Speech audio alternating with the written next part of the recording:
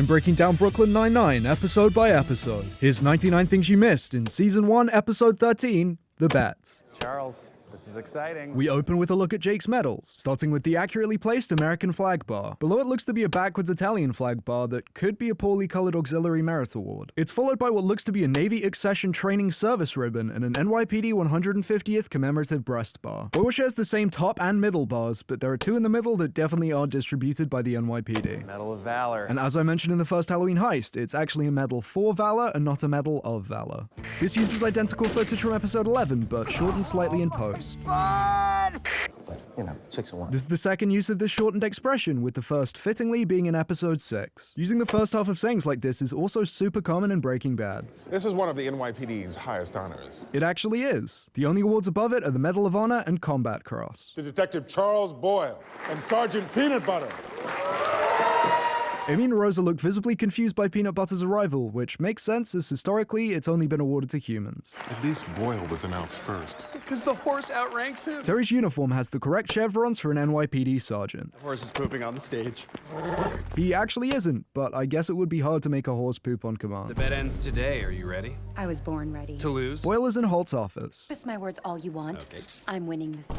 What bet? What are you guys talking about? Terry's pure disbelief causes these two extras to disappear. Seriously?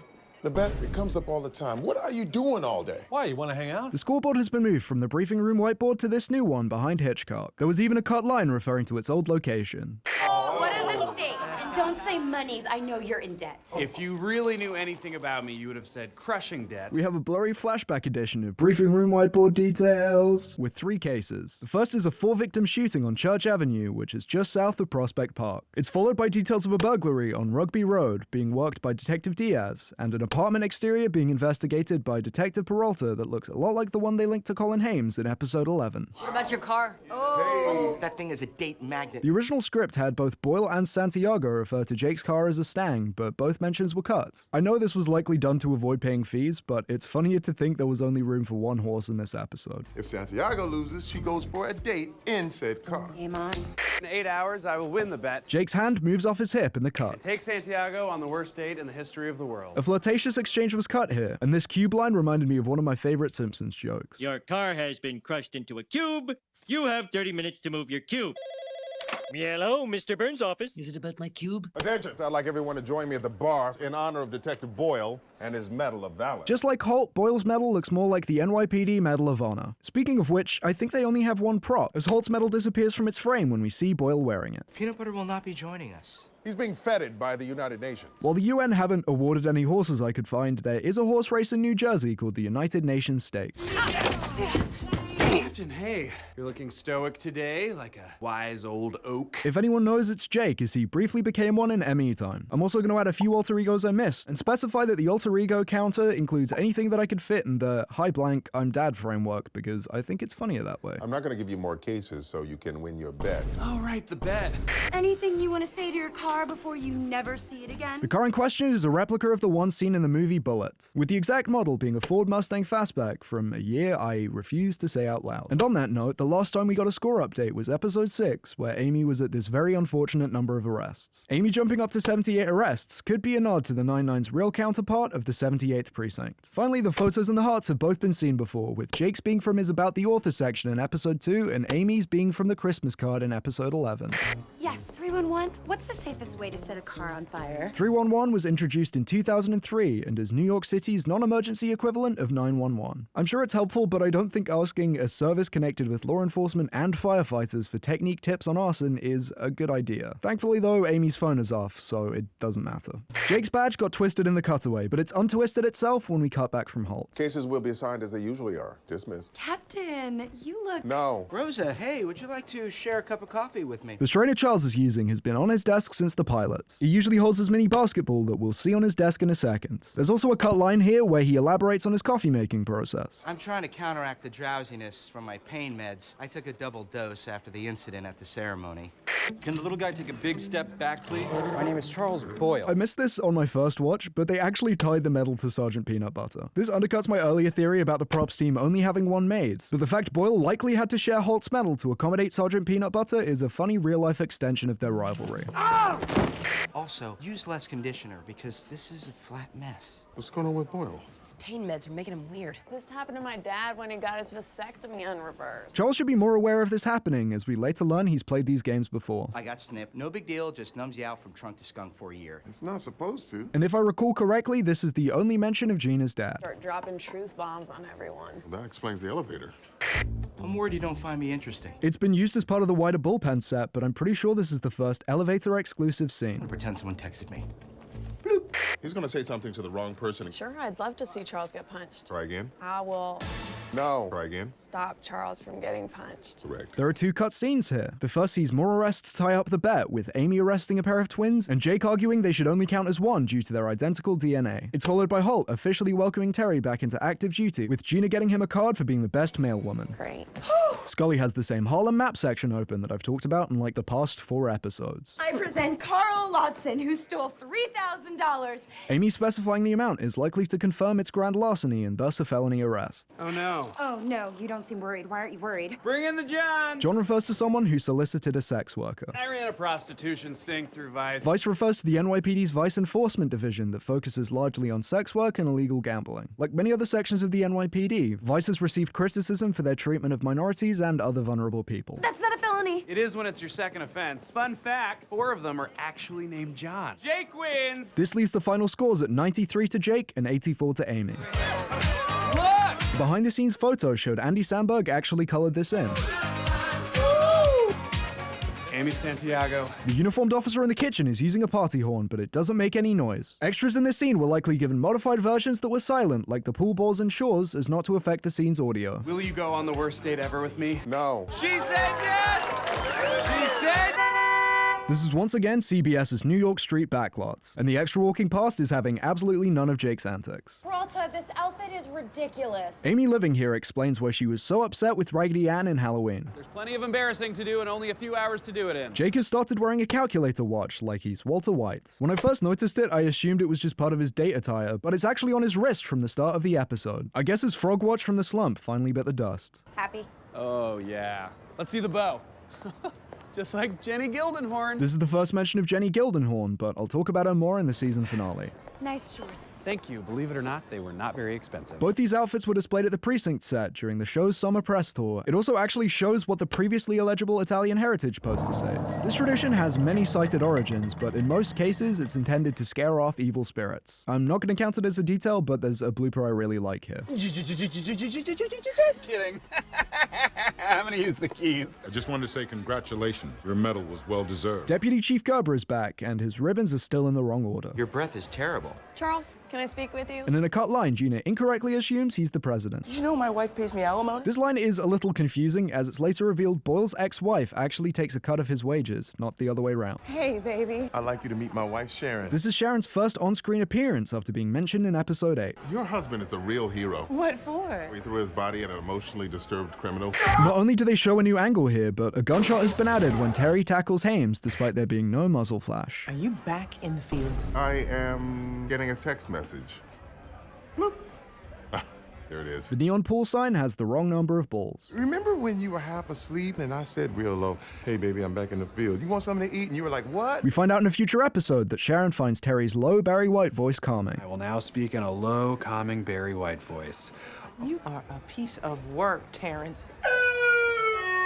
This extra was just behind Terry. Hot date! And there are a handful of extras from the precinct at Schur's to support Charles. Coming through! Hey, attention everyone! One of the non-99 extras looks very judgmentally at the bow on Amy's dress, or she's checking out her butt, either or. Tonight is Boyle's big night. But let's forget about that completely and comment on every terrible aspect of this. Okay, no, she's definitely checking out Amy's butt. Hey! Congrats again, buddy. I really am proud of you. Schur's has a new bartender that has replaced Tommy/Hank. Well, I'm sorry that I can't stay, but I have a terrible night planned for Amy. Some peel and eat shrimp for dinner at a dangerously cheap seafood restaurant. I'm pretty sure Amy stole this idea in the road trip. At a well-lit Korean restaurant in Midtown. It's the least romantic place I could think of. And this guy walks by again with the same tray of drinks. I've contracted a youth choir to serenade us. Santiago. This is the West Los Angeles Children's Choir, and they're singing an altered version of the Hallelujah chorus by Handel. Somewhere down deep, you like Amy. Okay, that's straight up insanity. How much did you spend on tonight? $1,400. Here's my rough estimates for where all this money was spent. But all of it's on credit cards, so it's like $5 a month for the next 2,000 years. I do not like Amy. That's just shy of $100,000 total and means he would have a roughly 5% interest rate. Rosa. This handful of flyers has 2 trivia ads, a foosball league posting, an ad for Schur's, 2 555 phone numbers, 2 Irish proverbs, and this found cat. Why are you sequestered over by this old cell phone? I'm avoiding Boyle and his truth bombs.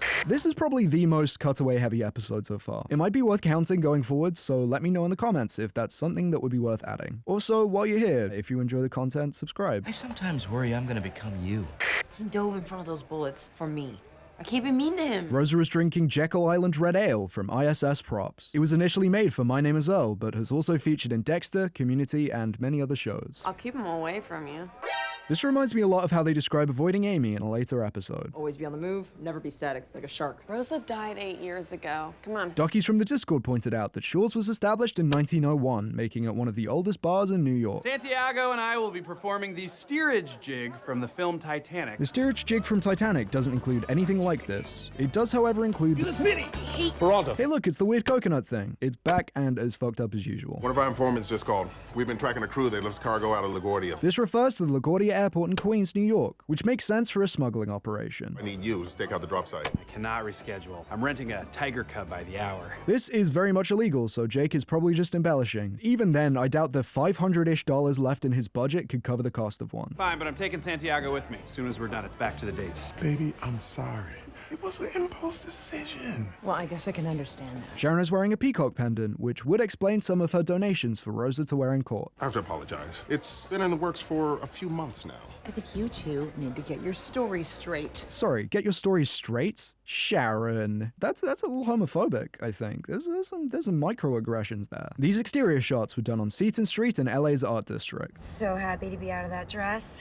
It was weirdly hot. Oh, yeah, it's probably because it was a cotton and plastic blend. This is more commonly known as a cotton polyester blend, but technically he's still right as polyester is plastic. And then making eye contact clearly causes too much tension as both their heads snap forward in the cut. But not to worry, we're gonna catch these guys and get back to the worst date of your life. Some cut lines here show Jake also had tickets to an interactive musical, but the stakeout meant he had to postpone. There was also planned to be another cutaway to the youth choir practicing, but I'm assuming that was cut for budget reasons. No. Nothing will ever be worse than the date I had with my aunt's dentist. Huh? Yeah, dessert is out of the question. This unintentionally foreshadows the events of episode 21, Unsolvable. You have 7 cavities. What was your worst date ever? The last lady I went out with burst into tears when I told her I was a Gemini. This would mean Jake's birthday is between May 21st and June 21st, 1981. Jake's worst date was originally scripted to have thought the president's name was The Rock Obama, which, yeah, no, that's a fairly valid ick. Wow. Amy's pure disbelief makes her head snap forward in the cut. But there's a better vantage point from the roof. What else don't I know? There are so many framed pictures in Schur's, but the 2 largest ones are of the Manhattan and Brooklyn bridges, both of which actually get a mention later in the episode. You Breaking Bad? How many phones do you have? I'm sorry. I need to clarify something I said earlier. Honestly, same here, Raymond. This Breaking Bad mention lets me correct the last episode where I mistook a Pontiac Montana for a Pontiac Aztec. In fairness, I should have known no one would voluntarily steal or drive something that looks like that. And the pinball machine at Schur's is the 77 Rio model from Playmatic. He didn't even stop and gear up. What? So, You didn't have your vest on? oh no. No. No. Wait. No. Now's not the time. Hush. This dog mug shot was also randomly in the 99's men's bathroom. Well, let's not make big. Hush. Boyle's hushing likely stopped Holt from correcting his Ray name drop. If you want more details on the Ray/Raymond thing, I talked about it in episode 11. If one wasn't enough, the script actually shows he was meant to say it way more. We love your husband. We will do anything to protect him. And you have incredibly attractive hands. Boyle is really moving like Whitman's lawyer with that one. I'm serious. You could be a hand model. You've got the goods. And you! What the hell are you doing lying to your wife? You better man up. The extra with the ponytail walks past Boyle, then immediately back the other way. Seriously, you are beautiful. If he ever lies to you again, you can call me. These shots were filmed on the rooftop of 408 South Alameda Street, but with the New York City skyline added in post. And we see a similar rooftop first date between Jim and Pam in the office. Man, I don't know how Batman does it. It is super scary up here. There's a cut line before this where Jake does a Batman impression, so I think that's enough for an alter ego. Your stakeout bag is 98% nuts. You really went for 98% and not 99. But hey, you know, that extra 1%, it's the hardest to get. That's why they leave it in the milk. The nuts in question are from NutBiz, which is another fictional brand. Knockness from the Discord also found a bag from Trader Joe's with a near-identical design that likely inspired this prop version. Nuts are super healthy. They're like 0% fat. Unsurprisingly, this is not true, as the nuts in question are around 50% fat. That nut vendor lied to me.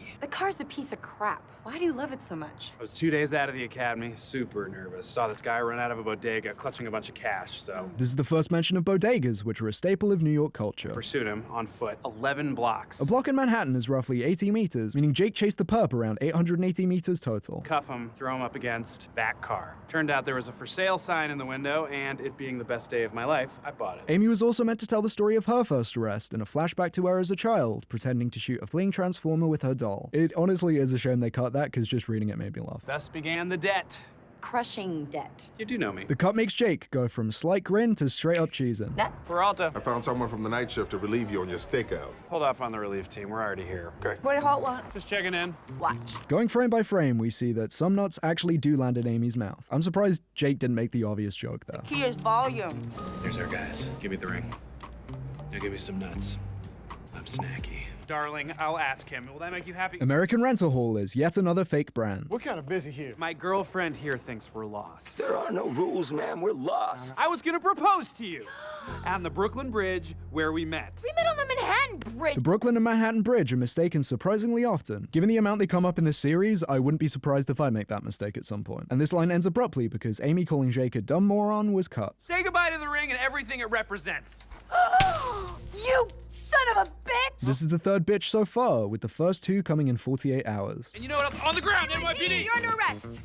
Not only is this another photo of the Manhattan Bridge, but it's also the exact same location as the safe house in episode 11. When I jumped in front of those bullets, I didn't know who I was protecting. You've been extra nice to me, but I only did what every good cop would do. There's a cut scene here which establishes Boyle's return to form by having him compliment Scully's eggplant-ass shirt. Excellent job on the stakeout last night. Thanks. It's very odd to me that Amy doesn't call Holt Sir here. And I appreciate you turning down the relief team. Yeah, the relief team. Sorry you lost so much money last night. Compared to previous episodes, Jake and Amy's monitors are off to one side, symbolizing the breaking down of barriers between the two. Bravo, it's not Vince. Bravo, Dan and Michael. Special delivery to say thanks for last night. I forgot to cancel. What? Sir, you don't have to. This completely legitimate postal worker is played by Jess Allen, who also played someone else in Community. To finish off, there are a few new trinkets on Gina's desk. Alongside the jar of fuff and... should I say fuff? I think I can say fuff. Well, if I keep saying it, probably not. Alongside the jar of fucks and this slumped dolphin, she also has a Yankees mug, so she clearly doesn't know... It's about the Mets, baby. Love the Mets. All right, baby, let's go. Hitchcock, what are you doing? I thought, aren't we all? A special thank you to Hyperion and Finite Source for becoming members. I'm also going to start putting all my members on screen because you guys are just the best. I'll see you next week where the Ebony Falcon will read Go Dog Go. Not a doctor. Yeah. It's all about the Mets, baby. Oh, yeah, the Mets.